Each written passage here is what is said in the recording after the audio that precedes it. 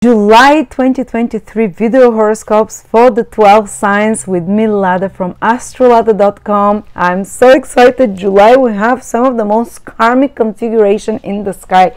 Pluto, which is considered the planet that governs the evolution of the soul and the evolutionary path, and the most karmic and fatal and fated events will square the karmic nodes, which are considered the north node is the true north of the soul, the new karma soul has to create. The south node is the past karma a soul has to create. So some very pivotal, fated karmic events will happen. Like the universe is no longer waiting for you to make up your mind. It's giving you consequences of your actions and is realigning you to the path that is most appropriate for your soul, whether you're ready or no. So some events that I'll say for each sign what these events will be will trigger a specific big consciousness shift and realigning of your karmic direction and the karmic path in life for your soul during the next month, July and into August. And we'll speak what events this can be for each one of you. But something pivotal, very important is happening, guys, and Venus is turning retrograde, but helping this process with a trine. So I'm very excited for this month. And before I start, Nikola Stojanovic, my past teacher, the late Nikola Stojanovic, his books are still not out. His daughter is trying to publish them. He's the most genius astrologist who ever lived. But we're releasing all his courses, 9 courses for a discounted price, or you can choose just 3 of his courses in a package and get them. This is part of my Lada's Top Picks that continues the whole till October 2023, where I recommend you the best astrology courses and the themes, and Nikola Stojanovic is for everything. I mean, if you want to do astrology like a magician, like a psychic almost, check out those courses. I cannot recommend them enough. And of course I do Q&A live once per month for each group till October. If you have questions for every new package of course I recommend. So thank you. Let's begin July. Scorpio, Sun, Moon, Rising, July 2023. Scorpio, it's an important and big month. Many of you might be very happy to hear that, but the nodes, the karmic nodes of the moon are leaving your sign, the south node in particular, which tends to have a bit of a weakening influence on the ego, even on the health, while it's in your sign, and it's been there for almost 2 years, because eclipses have been happening in Scorpio for 2 years with the south node there. And the south node always carries some energy of sacrifice, of letting go, of learning spiritual lessons by loss or by humbling the ego. But the one good news, you know, is that your ego was humbled a lot in the last 1.5 years with the south node transiting your sign. Some big pivotal events also happen when the south node is in your sign. Fated, a bit shaky, but thankfully, or some of you might want more of that energy, but I would say things calm down more for you now with the nodes moving away, not directly affecting you, moving into your 12th and your 6th house in particular. So the very big shaking events that sometimes feel fated and fatal you're safe from those now when the nodes are moving away from your sign, and things will calm down a bit, but they still will give you some other karmic lessons in other areas, and they're moving into the axis of the 6th and the 12th house.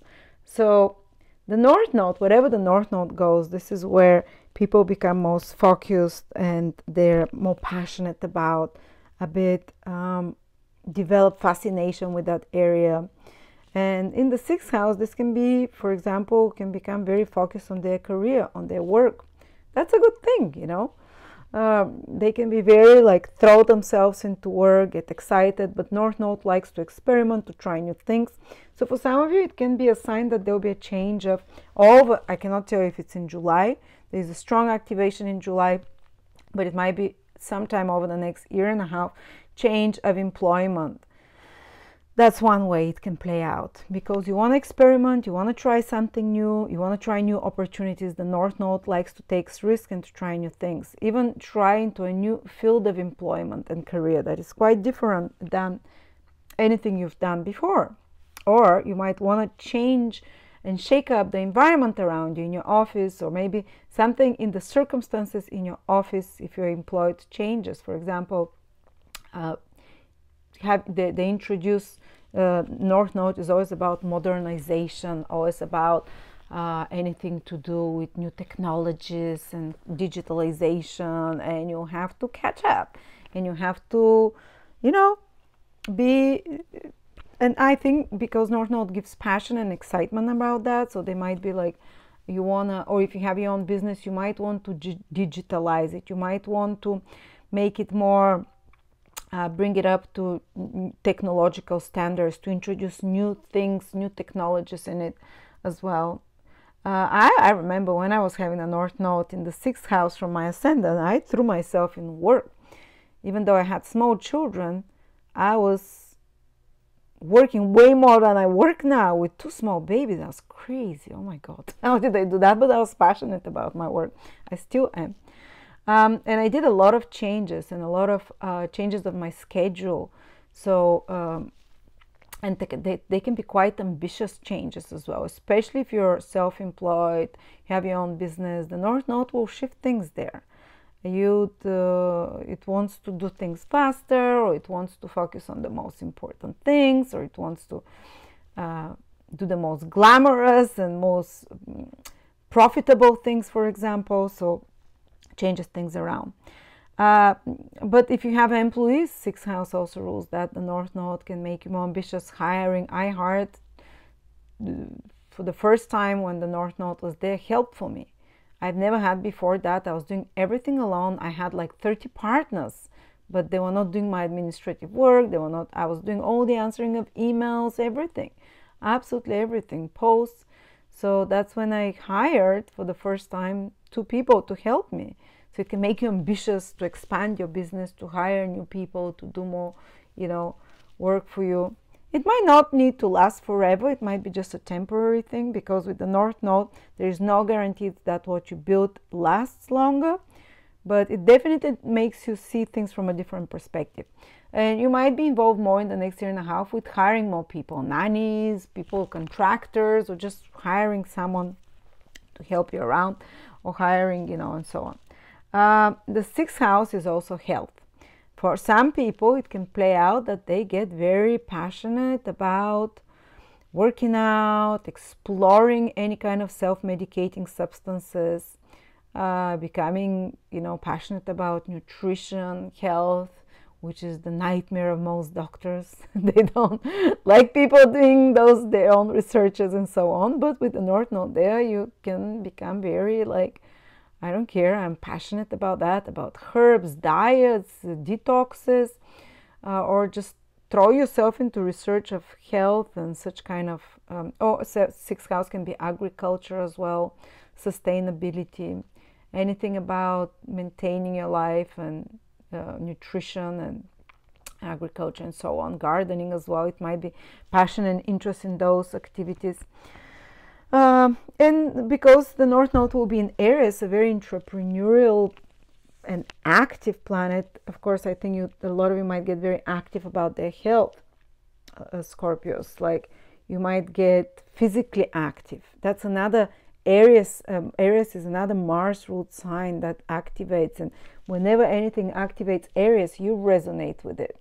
So it will feel, even in Vedic astrology, there is a saying, if something is in Aries, it's as if it's in Scorpio as well.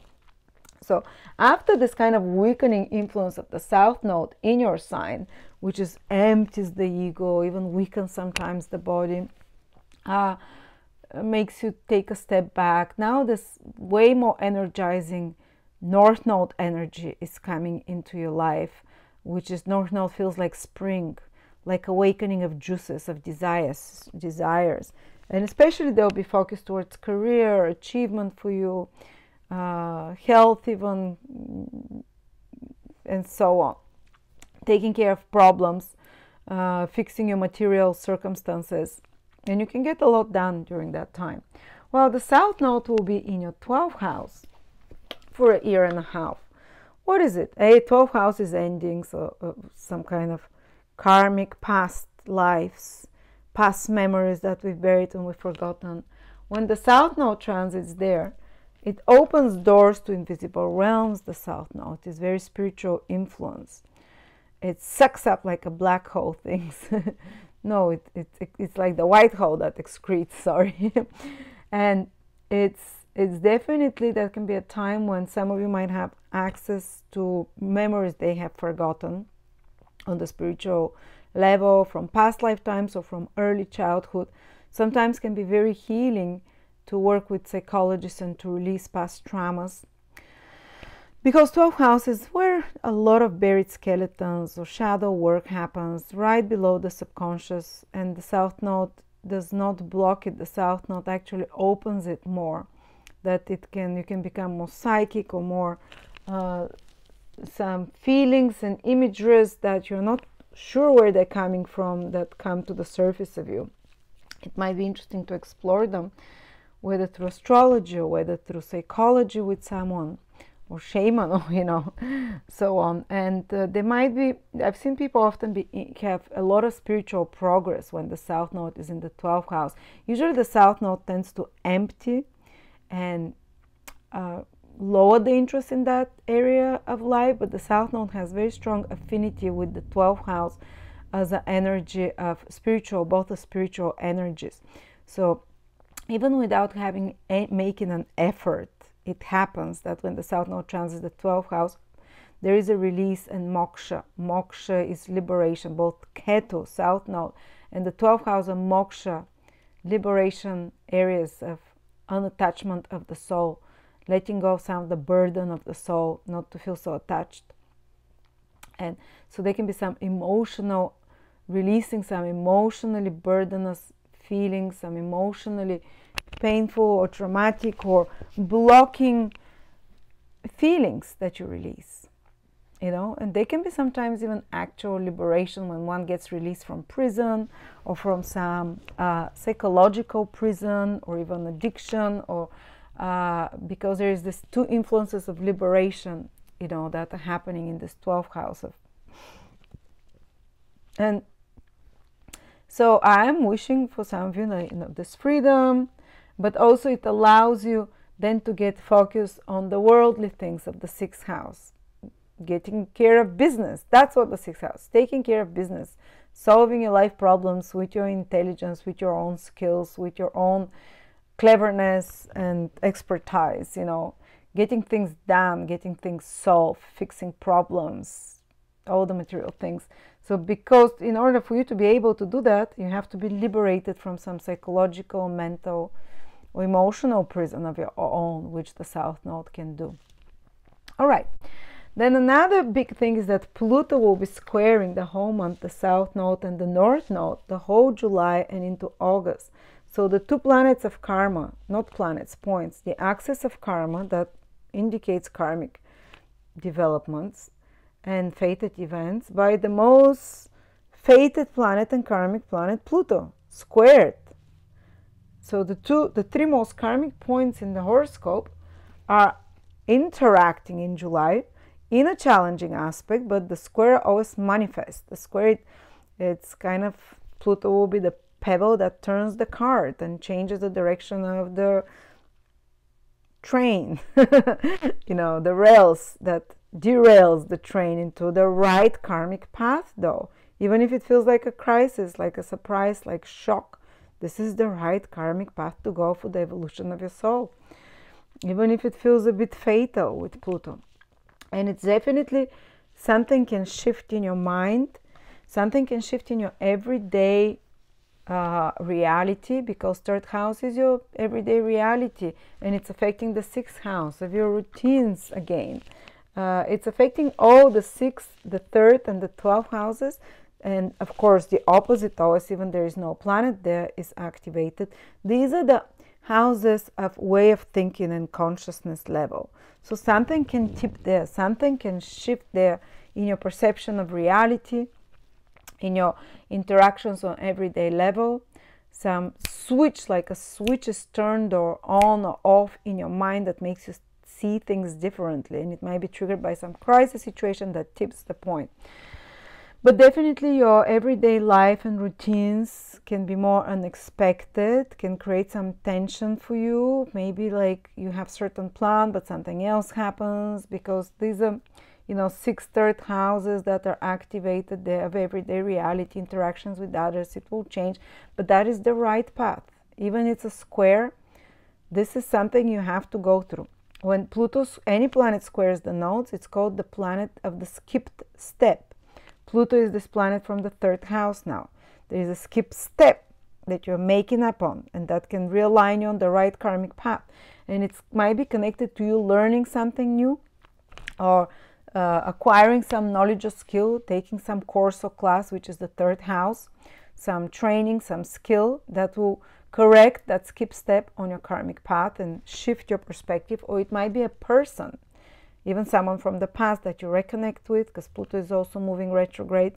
Might be past lifetime that you don't remember, but someone that you meet that's very influential for your life. And we're talking more like a friend, acquaintance, teammate, workmate, you know, that can realign you, and that there is this skip step or unresolved karmic matter that you have to complete with.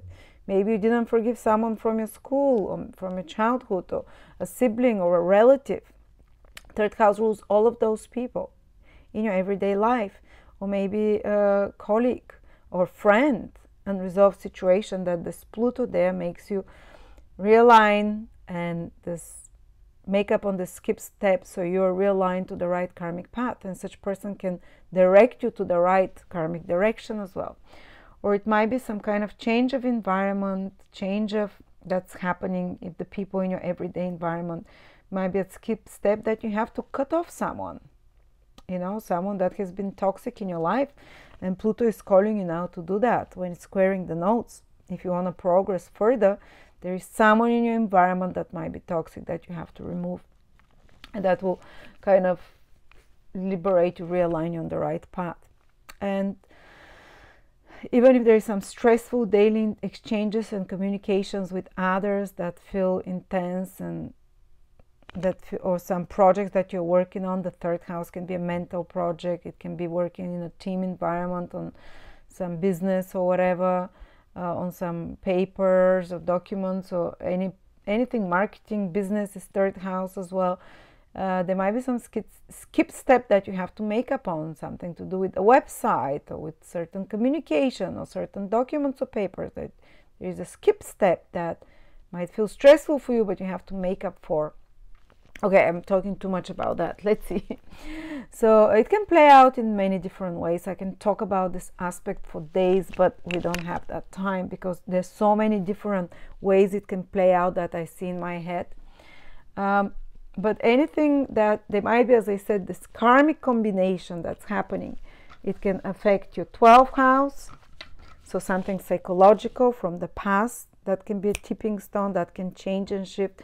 Something connected to buried memories, or even to inner subconscious demons, addictions, psychological attachments, self-sabotaging behaviors, that can be the tipping stone, and that can be the tipping point, and that can change and karmically realign you in a new direction. Or it can be connected to your job, your work, your career, your employment, or your health and your health habits. That is the tipping point that shifts, that changes, to help you realign. And that's not waiting. The universe is not waiting for you to make up your mind anymore. It's pushing you in this direction. You have no choice. It's a bit like final, whether it's to change something in your health or whatever. The 6th house there, or the 3rd house that we talked about, everyday communication, people in your environment. It might be triggered by relatives, siblings, and so on, that you make a big change there. Okay, what is helping you throughout all this is Venus making a trine to this North Node in the 6th house the whole month, Venus from your 10th house, and sextile to the South Node in your 12th house. So what does it mean? Maybe a person, an influential woman in authority can help you, or an older woman, or one of your parents can help you through this period and support you, or taking advice from an experience. Whatever is happening this month, it will be very likely due to this karmic configuration here. But Venus will seek advice of an older or more experienced person not necessarily older, might be more experienced, that is benevolent for you, that will help you. Authority figure or parental figure or even institution, people in power can help you in some way. So in some way as well, Venus also is turning retrograde from the 22nd of July, will be retrograde the whole August into September. Actually, that's very good for your career, whatever it is. Even when Venus is retrograde, Venus is a benefic planet. When it's retrograde, you might reconsider certain directions of your career. And it's very much in line with the changes the North Node is trying to do again into one of the other houses of work, employment, career. And Venus here, it can give you an alternative perspective of, because a retrograde planet, you see things differently about your career in this case, in the 10th house, or about your worldly responsibilities, or what is expected from you. You can have a chance to work on your reputation, public or even physical appearance, because the 10th house is the most visible house. So that's not, even if you're not in a career, it's your public image, how you look, you know, how you're seen in society. You might have a chance to work on, to correct, to improve, to realign with your current vibration, your image, your career, your worth, self-worth. And when Venus turns direct, possibly to be more respected, to be more appreciated, to be more seen in your field of work. And as well, definitely it will make you gentler, calmer. Venus presiding over there, maybe, you know, stabilizing the whole, whatever changes are happening in your life. And in some more extreme cases, one might reconsider changing the direction of their career, swapping jobs, or maybe an odd career opportunity can come up to you. Or maybe you had a business plan or career plan or structure or idea that came to you months or years ago, and now Venus goes retrograde in your 10th house and you come back to it and start implementing it. Or maybe you're working on some plan or work, business, and you're kind of rethinking the structure of it, or editing, fixing. And especially if you're in any Venusian fields, where it is entertainment, beauty, art, music, relationships of any sorts, negotiating, contract making, counseling, these are all Venusian careers. Very likely that will be very good for your professional realization, because retrograde Venus in the 10th house of career makes you work harder, but you get much better results after that. And of course, there can be some delays. And for you, Scorpio rising, in regards to your career situation, some need to renegotiate, to recontract, or to re-examine, to maybe change, edit, fix, make better. No one loves to, you know, to see like, okay, this doesn't work so well this way, let's change it. But the final result will be wonderful and beautiful, like Venus is, and more pleasing. So there you go, Scorpio. Hope that was helpful for you.